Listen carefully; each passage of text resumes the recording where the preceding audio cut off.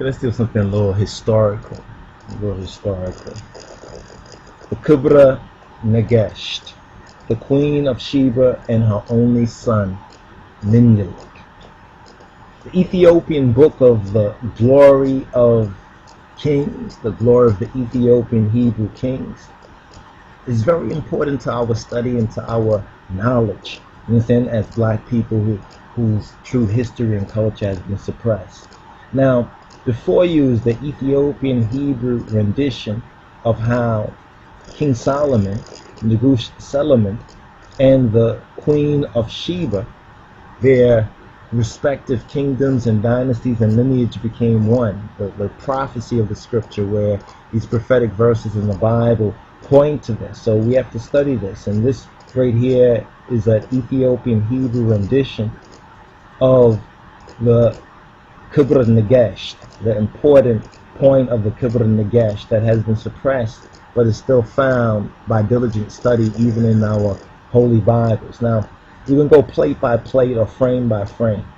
The first frame right here, frame 1 we'll call it, this plate 1, here King Solomon, alayhi salam, he takes the Queen of Sheba's handmaiden, her handmaid. This is the more fuller version of the KEBRA Negesht story. You understand?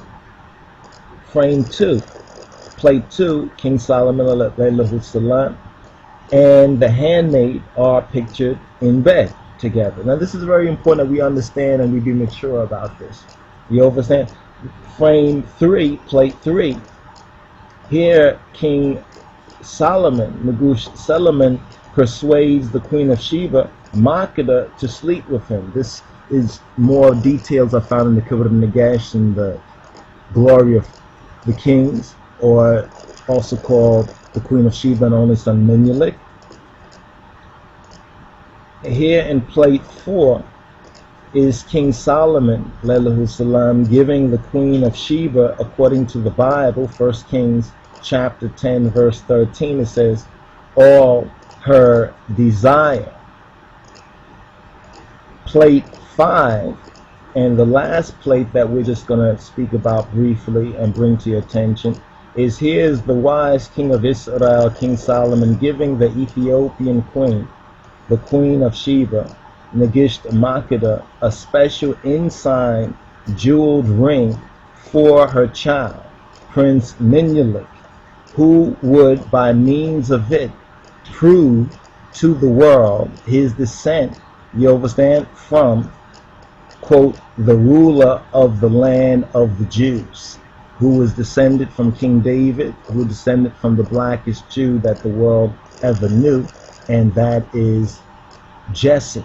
You understand? Jesse. Now, it is without a doubt that from the ancient king of Israel, King Solomon, alayhi salam, that His Imperial Majesty Emperor Haile Selassie I, the King of Kings of Ethiopia, the conquering lion of the tribe of Judah, the elect of God, descends. Between King Solomon and His Imperial Majesty, a line of 225 kings, giving Ethiopia the oldest, righteous, and Hebraic monarchy in the world. Know your history. But here's the question. There's still a question, and we'll address this, Yah willing, in the future pods. Here's the question that we know that from the Queen of Sheba, from Negisht Makeda, the Queen of Sheba, the Queen of the South, that IYESUS, that Adonai Yehoshua even prophesizes in his parabolic logical statement that he makes within the Gospels. We know that from the Queen of Sheba comes King Menelik the first, Kedamawi Menelik, Baina Lechem Eben Hakim David II. Yet, if we study the Ethiopian rendition of the KEBRA Negesht, the Queen of Sheba and only son Menelik, we notice that, and we've studied other paintings of this sort from our Ethiopian Hebrew art and facts, And in our archives, we have other versions of this. Like we said, some of them have more frames, some of them have less frames. But here's what's really important. Here's what's really interesting is that we know that from the Queen of Sheba came King Menelik I, right?